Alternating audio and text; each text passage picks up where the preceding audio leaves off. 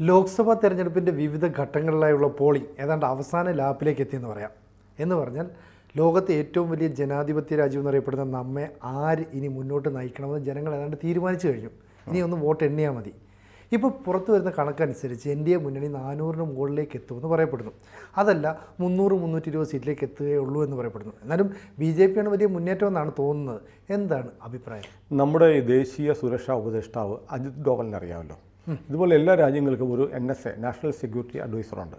അമേരിക്കയുടെ ദേശീയ ഉപദേഷ്ടാവിൻ്റെ പേര് NSAയുടെ പേര് ജോൺ കെറി എന്നാണ്. അദ്ദേഹം പറഞ്ഞു ഇന്ത്യയിൽ കഴിഞ്ഞ ദിവസമാണ് പറഞ്ഞത് ഇന്ത്യയിൽ നടക്കുന്ന ജനാധിപത്യ പ്രക്രിയ ഈ തെരഞ്ഞെടുപ്പ് അത്ഭുതാവഹമാണ്. ഏതാണ്ട് 90 കോടിയോളം ആളുകൾ, 10 ലക്ഷത്തോളം ബൂത്തുകൾ, അത്ഭുതകരമായ ഒരു പ്രക്രിയയാണ് ഇന്ത്യയിൽ നടക്കുന്നത്. ജനാധിപത്യ പ്രക്രിയ വോട്ടിംഗ് എന്ന് പറഞ്ഞാൽ ഇത്രയും വലിയൊരു വോട്ടിംഗ് നടക്കുന്ന ഒരു രാജ്യം ലോകത്ത് അറിയില്ല. അപ്പോൾ ആ അത്ഭുതം വീണ്ടും അതിവിദഗ്ധമായി വളരെ പിഴവില്ലാതെ വളരെ മികച്ച രീതിയിൽ നമ്മൾ പൂർത്തിയാക്കിക്കൊണ്ടിരിക്കുകയാണ്. ഇപ്പോൾ നോക്കൂ, തെരഞ്ഞെടുപ്പിൻ്റെ ഘട്ടത്തിൽ ആദ്യമേ നരേന്ദ്രമോദി പറഞ്ഞു 370 എന്നുള്ള മാജിക് നമ്പറിലേക്ക് 303 സീറ്റാണ് BJP എന്ന പാർട്ടിക്ക് തനിച്ചുള്ളത്. ഞാൻ NDA വിടുകയാണ്. 303 സീറ്റ് BJPക്ക് തനിച്ച് 370 വേണം എന്നായിരുന്നു മോദിയുടെ ആവശ്യം. NDAയുടെ കണക്കാണ് 400 എന്ന് പറയുന്നത്. ഞാൻ BJPയുടെ കണക്ക് മാത്രം എടുക്കുകയാണ്. എന്താണ് 370 എന്ന് പറഞ്ഞപ്പോൾ പലരും പറഞ്ഞു അത് ആർട്ടിക്കിൾ 370 കാശ്മീരിന് പ്രത്യേക പദവി കൊടുക്കുന്ന ഭരണഘടനയിലെ താൽക്കാലിക പദവി, സ്ഥിരം പ്രൊവിഷനൊന്നുമല്ല, താൽക്കാലികമായി കൊടുക്കുന്നൊരു പദവിയാണ് 370 ആർട്ടിക്കിൾ 370 പ്രകാരമുള്ളത്. അത് പോയാൽ ഇന്ത്യ ഉണ്ടാവത്തില്ല, ഇന്ത്യയിൽ കലാപം ഉണ്ടാവും എന്നൊക്കെ പറഞ്ഞ് നടന്ന ആളുകളുണ്ട്. പക്ഷേ ഒരു പൂ പറിക്കുന്ന ലാഘവത്തോടെ നരേന്ദ്രമോദി സർക്കാർ തെരഞ്ഞെടുപ്പ് പ്രകടന പത്രികയിലെ വാഗ്ദാനം പാലിച്ചുകൊണ്ട് 370 വകുപ്പ് റദ്ദാക്കി. അതിനെ ചലഞ്ച് ചെയ്തുകൊണ്ട് സുപ്രീം കോടതി പോയ ഹർജികൾ സുപ്രീം കോടതി തള്ളുകയും ചെയ്തു. അപ്പോൾ ഏറ്റവും അപകടം പിടിച്ച ഒന്നായിരിക്കും 370 വകുപ്പ് റദ്ദാക്കുന്നത് എന്ന് പറഞ്ഞ നാട്ടിൽ അത് അതീവ കൈയടക്കത്തോടെ ചെയ്യുകയും അതിനുശേഷം കാശ്മീരിൽ ഒരു കലാപവും ഉണ്ടാവാതെ വളരെ ഭംഗിയായി കാര്യങ്ങൾ നടക്കുകയും ചെയ്തു. വിനോദസഞ്ചാരികൾ ഇഷ്ടംപോലെ വിനോദസഞ്ചാരികൾ വരുന്നു. 3 മണിക്കൂർ മാത്രം വൈദ്യുതി ഉണ്ടായിരുന്ന കാശ്മീരിൽ ദിവസം മുഴുവൻ കറണ്ട് ഉണ്ടാവുന്നു. എന്തിന്? പട്ടാളത്തെ കല്ലെറിയാൻ പോയിരുന്ന കുട്ടികളെ കാണാനില്ല, അവരൊക്കെ പള്ളിക്കൂടങ്ങളിൽ പോകുന്നു. ലാൽ ചൗക്കിൽ ദേശീയ പതാക ഉയരുന്നു. അവിടുത്തെ ക്രിസ്ത്യൻ പള്ളിയിൽ ഈസ്റ്ററിന് ക്രിസ്തുദേവൻ്റെ ആഘോഷമല്ല, ദുഃഖവെള്ളിക്ക് ക്രിസ്തുദേവൻ്റെ ശവമഞ്ചത്തിൽ ക്രിസ്തുദേവനെ വഹിച്ചുകൊണ്ടുള്ള വിലാപയാത്ര നടക്കുന്നു, ഹോളി ആഘോഷം നടക്കുന്നു, രാമനവമി ആഘോഷം നടക്കുന്നു. അങ്ങനെ കാശ്മീർ അടിപൊളി മാറിപ്പോയി, ഒന്നും സംഭവിച്ചില്ല. അപ്പോൾ ഒരു രാജ്യത്തിനുള്ളിൽ മറ്റൊരു രാജ്യം, മറ്റൊരു പ്രധാനമന്ത്രി, മറ്റൊരു കൊടി, മറ്റൊരു ഭരണഘടന എന്ന തരത്തിൽ കഴിഞ്ഞ 7 പതിറ്റാണ്ടുകാലിനപ്പുറത്തുള്ള കാലത്തോളം നമ്മുടെ രാജ്യത്ത് തീറെഴുതി ചില ആളുകൾക്ക് ഒരു സംസ്ഥാനത്തിൻ്റെ അധികാരവും ആ സംസ്ഥാനത്തേക്കുള്ള ഫണ്ടും കേന്ദ്രത്തിൻ്റെ ആയിരക്കണക്കിന് കോടി രൂപയുടെ ധനസഹായങ്ങളും 2-3 കുടുംബങ്ങൾ അനുഭവിച്ചിരുന്ന സ്ഥിതി മാറിയിട്ട് കാശ്മീരിലെ ജനങ്ങൾ സമാധാനത്തോടെ ജീവിക്കുകയാണ്. അപ്പോൾ അതുകൊണ്ടാണ് ആളുകൾ പെട്ടെന്ന് ഓർത്ത് 370 എന്ന് പറയുമ്പോൾ കാശ്മീരിലെ റദ്ദാക്കിയ ആർട്ടിക്കിൾ 370ൻ്റെ ഓർമ്മയിലാണ് മോദി 370 എന്ന് പറഞ്ഞതെന്ന്. പക്ഷെ ഞാൻ അങ്ങനെയല്ല കരുതുന്നത്. കാരണം നമ്മുടെ പാർലമെൻറ്റിൽ ആകെ 543 സീറ്റുകളുണ്ട്. ഒരു 3/2 ഭൂരിപക്ഷം പാർലമെൻറ്റിൽ ഉണ്ടാവുക എന്നുള്ളത് വളരെ പ്രധാനപ്പെട്ട ഏത് ഭരണഘടനാ ഭേദഗതിയും നടപ്പാക്കണമെങ്കിൽ 3/2 ഭൂരിപക്ഷം വേണം. കേവല ഭൂരിപക്ഷം പോരാ. 3/2 ഭൂരിപക്ഷം എന്ന് പറയുന്നത് 362 സീറ്റുകളാണ്. 1/3 എന്ന് പറയുന്നത് 181 സീറ്റുകളാണ്. 362 സീറ്റുകളുണ്ടെങ്കിൽ BJPക്ക് ഒരാളുടെയും സഹായം കൂടാതെ 3/2 ഭൂരിപക്ഷത്തിൽ എന്തു തീരുമാനങ്ങളും ഭരണഘടനാ ഭേദഗതി, കോൺസ്റ്റിറ്റ്യൂഷണൽ അമെൻമെൻറ്റ് ഉൾപ്പെടെയുള്ള കാര്യങ്ങൾ നടപ്പാക്കാൻ പറ്റും. ഇപ്പോൾ നോക്കൂ, നമ്മുടെ ഈ വനിതകൾക്ക് 33% സംവരണം കൊടുക്കുന്ന ബില്ല് പാസ്സാക്കിയത് പോലും സമവായത്തിലൂടെയാണ്. അതിന് സമവായം വേണ്ട, BJPക്ക് ഒറ്റയ്ക്ക് തീരുമാനിക്കാം. അതുകൊണ്ടാണ് അപ്പോൾ അതിനേക്കാളും 362-നേക്കാളും ഒരു 8 സീറ്റ് കൂട്ടി 370 മറ്റതുമായിട്ടത് കണക്ട് ചെയ്യാനും പറ്റി. അങ്ങനെ 3/2 ഭൂരിപക്ഷമാണ് ലക്ഷ്യം. അതിന് പ്രതീകാത്മകമായിട്ട് കാശ്മീരിൻ്റെ 370-നെ കൂടെ കണക്ട് ചെയ്തു എന്നുള്ളതാണ്. അപ്പോൾ 400 എന്നുള്ളത് BJPക്ക് ഒറ്റ കിട്ടിയാൽ BJPയുടെ കൂടെ കുറേ ഘടകകക്ഷികൾ സ്വാഭാവികമായിട്ടുണ്ട്. അവർക്കൊരു 10-30 സീറ്റ് കിട്ടിയാൽ 400-ലേക്ക് എത്തിക്കാം. അത് 400 എന്നുള്ള നമ്പറിൻ്റെ പിന്നിൽ അത്ഭുതങ്ങളൊന്നുമില്ല. പക്ഷേ 362 എന്നതാണ് 370-ലൂടെ ഉദ്ദേശിക്കുന്നത്. അപ്പോൾ 400 ബാക്കിയുള്ള സീറ്റുകൾ കിട്ടുമ്പോൾ ഉള്ളതെന്ന്. അപ്പോൾ BJPക്ക് വളരെ കൃത്യമായ പ്ലാനുണ്ട്. ഇനി ഭരണഘടനയിൽ ചില ഭേദഗതികളൊക്കെ വേണ്ടി വരും. ഭരണഘടന രാജ്യത്താദ്യമായി ഭേദഗതി ചെയ്തത് BJP അല്ല, അല്ല. കോൺഗ്രസ് സർക്കാർ 100ലേറെ തവണ ഇന്ത്യൻ ഭരണഘടന ഭേദഗതി ചെയ്തു. അപ്പോൾ ഭരണഘടനാ ഭേദഗതി എന്ന് പറയുന്നത് ഭരണഘടനയ്ക്ക് വിരുദ്ധവുമല്ല. ഭരണഘടനയിൽ തന്നെ ഭരണഘടന ഭേദഗതി ചെയ്യാനുള്ള വ്യവസ്ഥയുണ്ട്. മനസ്സിലായില്ലേ? കാലം മാറുന്നതനുസരിച്ച് മാറുന്നതനുസരിച്ച് ചില നിയമങ്ങൾ മാറിക്കൊണ്ടുവരും. അതുകൊണ്ടാണ് ഇപ്പോൾ മുൻകാലങ്ങളിൽ നമ്മൾ ചിന്തിച്ചിട്ടില്ല വനിതകൾക്ക് സംവരണം കൊടുക്കുന്നതിനെ കുറിച്ച്. ഇപ്പോൾ നമ്മൾ അതിൻ്റെ സമയമായി. ലോക്കൽ ബോഡീസിൽ കൊടുത്തു, തദ്ദേശ സ്വയംഭരണ സ്ഥാപനങ്ങളിൽ നടപ്പാക്കി, പിന്നീട് ഇപ്പോൾ പാർലമെൻറ്റിലേക്കും നിയമസഭകളിലേക്കും നടപ്പാക്കണമെന്ന് ഇപ്പോൾ കാലത്തിനനുസരിച്ച് ഒരു മാറ്റം വരുമ്പോൾ ഭരണഘടന ഭേദഗതി ചെയ്തേ പറ്റുള്ളൂ. ഭരണഘടന ഈ വിശുദ്ധ പുസ്തകമൊന്നുമല്ല, ചില മതങ്ങൾ വിശ്വസിക്കുന്ന പോലെ ദൈവ എഴുതി വെച്ചതുകൊണ്ടൊന്നും മാറ്റാൻ പറ്റില്ല എന്ന് പറയുന്ന വിശുദ്ധ പുസ്തകമൊന്നുമല്ല. ഭരണഘടനയ്ക്കൊരു വിശുദ്ധിയുണ്ട്, പക്ഷേ അത് കാലത്തിനൊത്ത് ഭരണഘടന ഭേദഗതി ചെയ്യണം. ഇപ്പോൾ നോക്കൂ, നമ്മുടെ ബ്രിട്ടീഷ് രാജിൻ്റെ കാലത്തുണ്ടാക്കിയിരുന്ന നിയമസംഹിതകൾ, Indian penal code, CRPC, CPC അടക്കമുള്ള ഇന്ത്യൻ എവിഡൻസ് ആക്ട്, ഇതൊക്കെ മാറി. ജൂൺ 1-ാം തീയതി മുതൽ പുതിയ നിയമപുസ്തകങ്ങൾ നിലവിൽ വരികയാണ്. ഇപ്പോൾ ജൂലൈ മുതൽ നമ്മുടെ കോടതികൾ ഉപയോഗിക്കാൻ പോകുന്നത് പുതിയ ഇന്ത്യൻ ശിക്ഷാ നിയമവും ക്രിമിനൽ നടപടിക്രമവും ഇന്ത്യൻ തെളിവ് നിയമമാണ്. അപ്പോൾ നിയമങ്ങളൊക്കെ മാറണം. ബ്രിട്ടീഷുകാരുണ്ടാക്കിയിരിക്കുന്ന അതേ ആംഗ്ലോ സാക്സൺ നിയമവ്യവസ്ഥയാണ് നമ്മൾ പിന്തുടരുന്നത്. അത് അതേപടി പാലിക്കുകയല്ല, കാലത്തിനൊത്ത് മാറ്റിക്കൊണ്ടിരിക്കുകയാണ്. ഭരണഘടന അങ്ങനെയാണ്. അപ്പോൾ ഭരണഘടനാ ഭേദഗതി സ്വന്തം പാർട്ടിയിലെ മുന്നണികൾ അനുകൂലമല്ലെങ്കിൽ പോലും, വളരെ പ്രധാനപ്പെട്ടതാണ്, സ്വന്തം പാർട്ടിയിലെ ഘടകകക്ഷികൾ അനുകൂലമല്ലെങ്കിൽ പോലും ഭരണഘടനാ ഭേദഗതി നടപ്പാക്കാൻ കഴിയണം. അതിനാണ് 3-2 ഭൂരിപക്ഷം. അതാണ് BJP ലക്ഷ്യമിടുന്നത്. കാശ്മീരിൽ 59% ഇപ്പോൾ പോളിംഗ്. അതായത് കഴിഞ്ഞ പാർലമെൻറ്റ് തെരഞ്ഞെടുപ്പിൽ ഉണ്ടായിരുന്നതിനേക്കാളും 19% ആളുകൾ കൂടുതലായി വോട്ട് ചെയ്യാൻ വന്നു. അതായത് ആളുകൾക്ക് കൂടുതൽ വോട്ട് ചെയ്യാനുള്ള ആവേശമുണ്ടായി. അപ്പോൾ മോദി പറയുന്നത് അത് എന്നോടുള്ള നന്ദിയാണ്. ആർട്ടിക്കിൾ 370 എടുത്ത് കളഞ്ഞതിന് ശേഷം ജനങ്ങൾക്കുണ്ടായ ഒരു മാറ്റം വളരെ പ്രകടമാണ്. ഇപ്പോൾ ഈ നോക്കൂ, അതാണ് വോട്ടിങ്ങിൽ കാണുന്ന ട്രെൻഡ്. പിന്നെ വോട്ടിംഗ് ശതമാനം കുറഞ്ഞത് BJPയെ ബാധിക്കുമെന്ന് പറയുന്നത് വെറും മോശമായ കാര്യമാണ്. അപ്പോൾ ബുർഖാ ദത്തും ആയിട്ട് നടന്നൊരു അഭിമുഖം കഴിഞ്ഞ ദിവസം വന്നിരുന്നു. അതിനകത്ത് അവരോട് ചോദിക്കുന്നു, നരേന്ദ്രമോദിക്കെതിരെ ഒരു ജനവികാരമുണ്ടോ? ഇല്ല. ആൻറ്റി മോദി തരംഗമില്ല. അദ്ദേഹത്തിനെതിരെ എന്തെങ്കിലും അലിഗേഷൻസ് ഉണ്ടോ? ഇല്ല.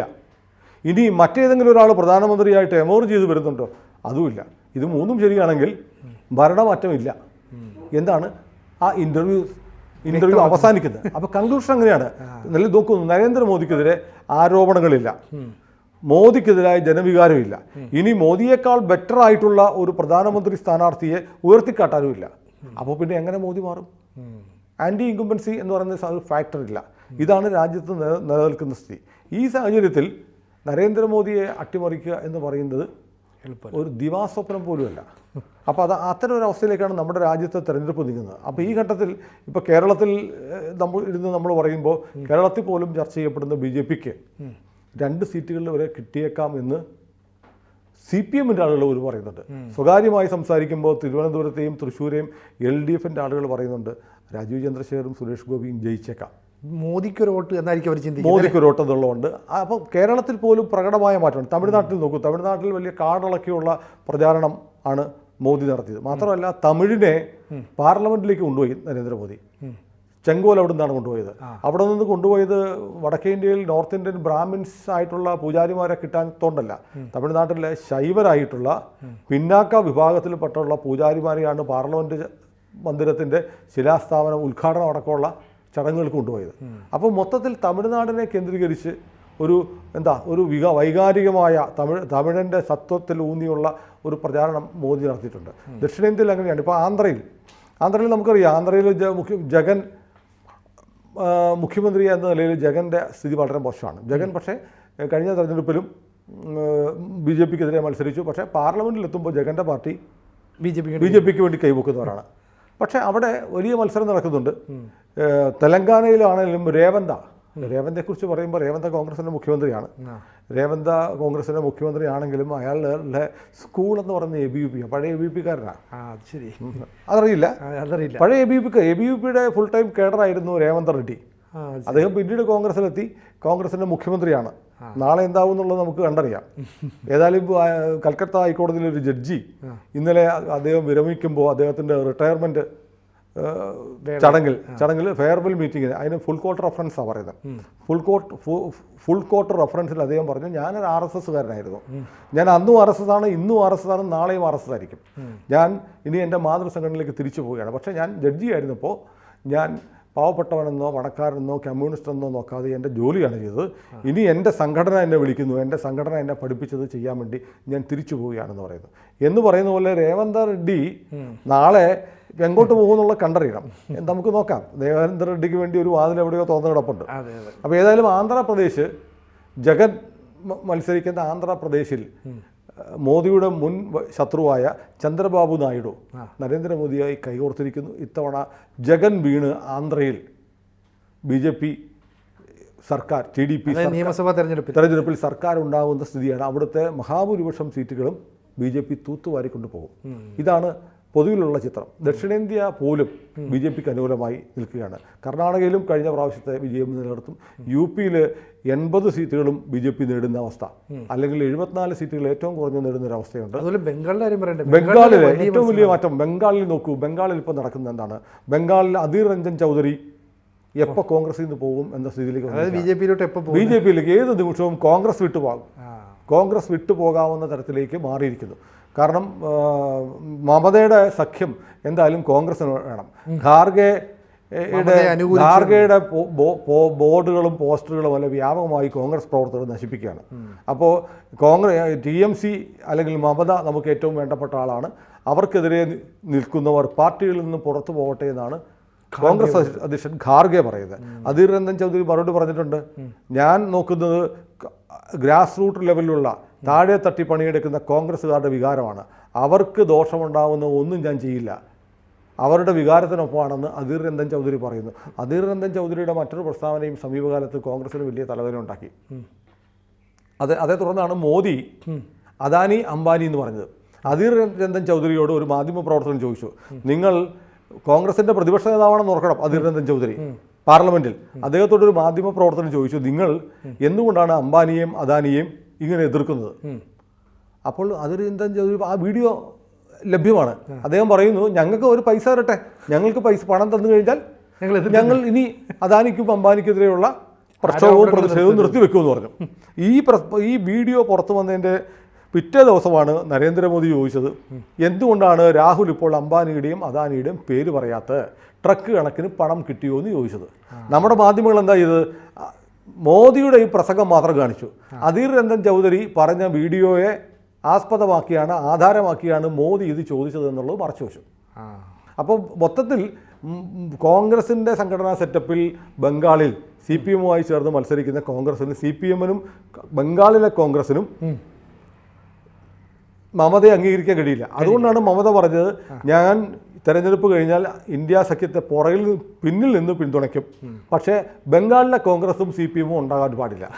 അപ്പോൾ ബംഗാളിലെ കോൺഗ്രസ് അപ്പോൾ എന്ത് നിലപാടെടുക്കും എന്നതാണ് അധീർ രഞ്ജൻ ചൗധരി സൂചിപ്പിക്കുന്നത്. അപ്പോൾ കോൺഗ്രസിൽ ഒരു വിളർപ്പ് ഉണ്ടാകാൻ പോവുകയാണ്. ഒരു വിഭാഗം അടർന്ന് പോകും തെരഞ്ഞെടുപ്പ് ജൂൺ 4-ന് ശേഷം. ഇനി TMCയുടെ അവസ്ഥ എന്താ?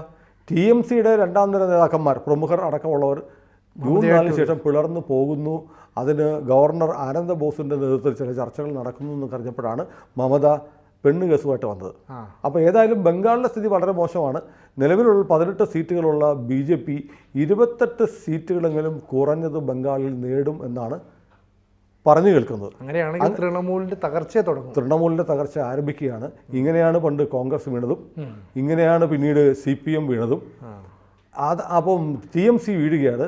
പതുക്കെ BJPയുടെ സുവർണകാലം ബംഗാളിൽ ആരംഭിക്കുകയാണ്.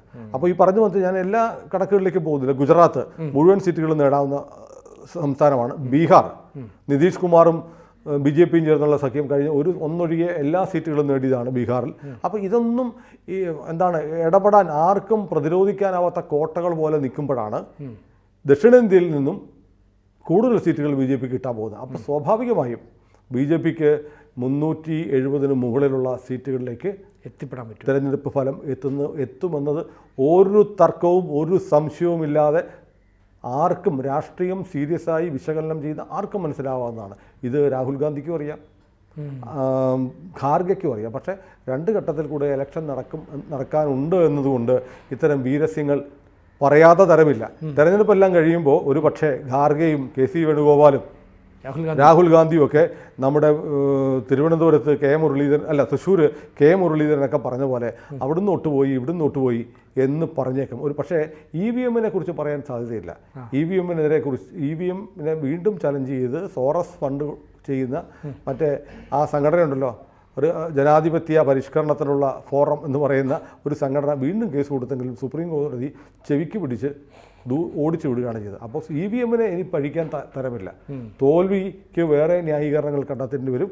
ജൂൺ 4-ന് BJP സർക്കാർ ഏതായാലും 362-ൽ കൂടുതൽ സീറ്റുകളുമായി അധികാരത്തിൽ വരും. അപ്പോൾ ഇനി 2 ആഴ്ചയുള്ളൂ കൃത്യം നമുക്ക് 2 ആഴ്ച മാത്രം മതി. ജൂൺ 4-ന് വൈകുന്നേരം ഈ സമയത്ത് നമ്മളിവിടെ ഇരുന്ന് ചർച്ച ചെയ്യും.